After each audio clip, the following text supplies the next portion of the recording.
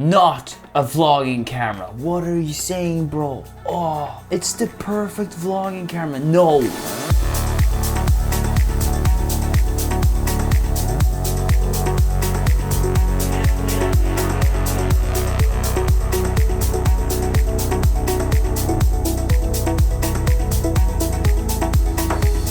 So I took with me the Pocket 3 to Japan.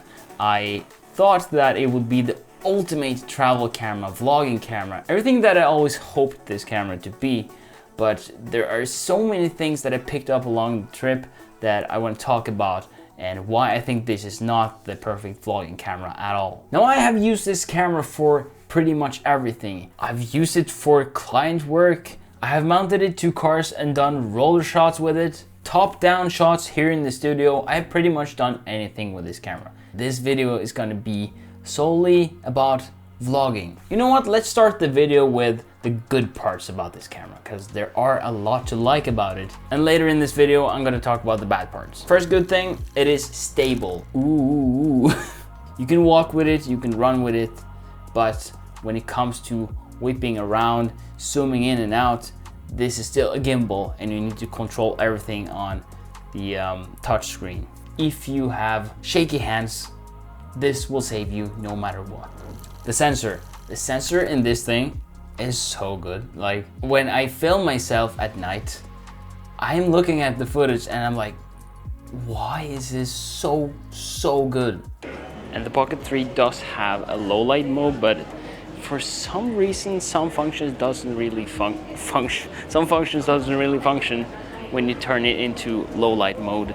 With the new update, you can actually zoom in with the camera without losing too much quality. I can't do that right now with the low light mode. You also lose the ability to shoot in log when you switch it to low light mode. I don't know why.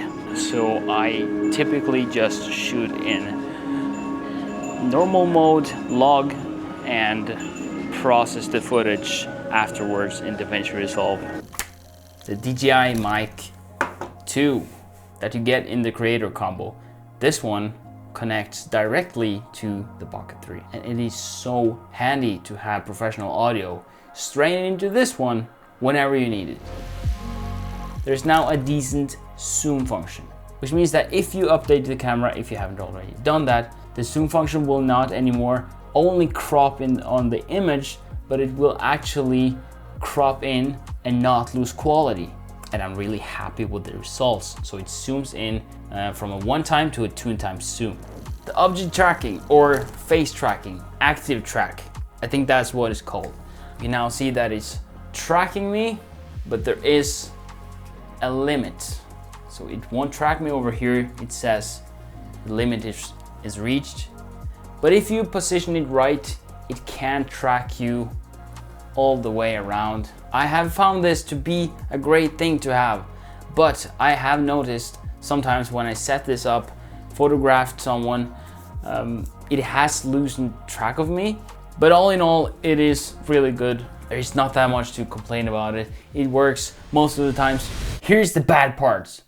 Did you notice that I didn't really mention the size of the Pocket 3? Well, because I don't like the size. Let's start with the case. You need this case in order to lug it around. Now it is secure from everything that you might throw at it. You can still put it in your pocket. Let's do it live. No problem.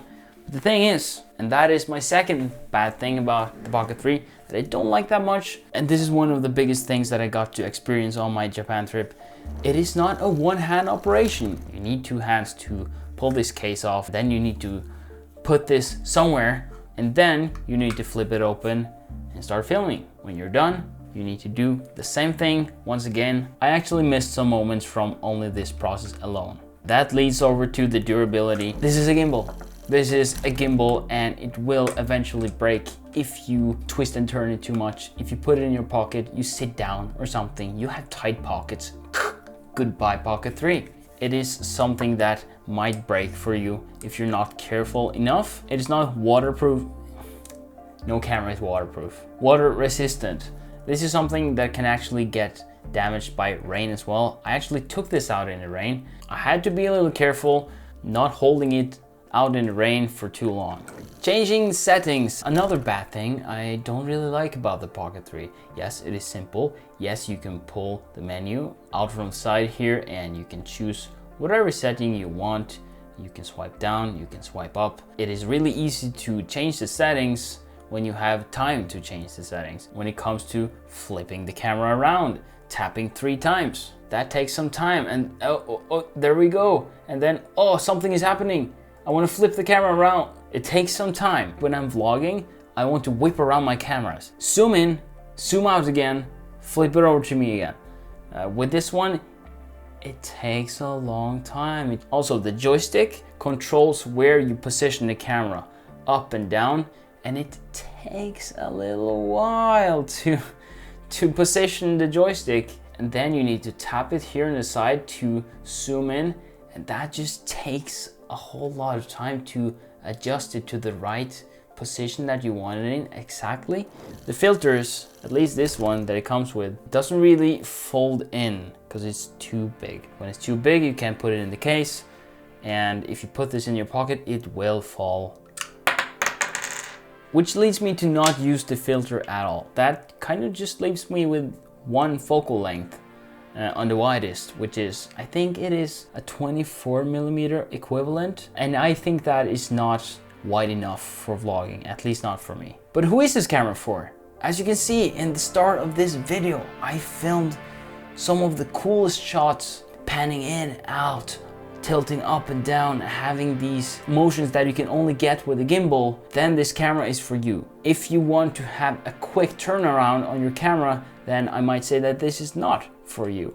If you want to track yourself, this might be for you. But if you want to have something that you absolutely just set and forget and don't think about before you're done with your shoot, then I would say that an Insta360 would be better. I see this camera as a substitute to get a lot of good shots, specific shots, but I don't see it as one camera to do it all. I've seen so many Pocket 3s when I was in Japan. There's so many people using these. Now you let me know what you think about the Pocket 3.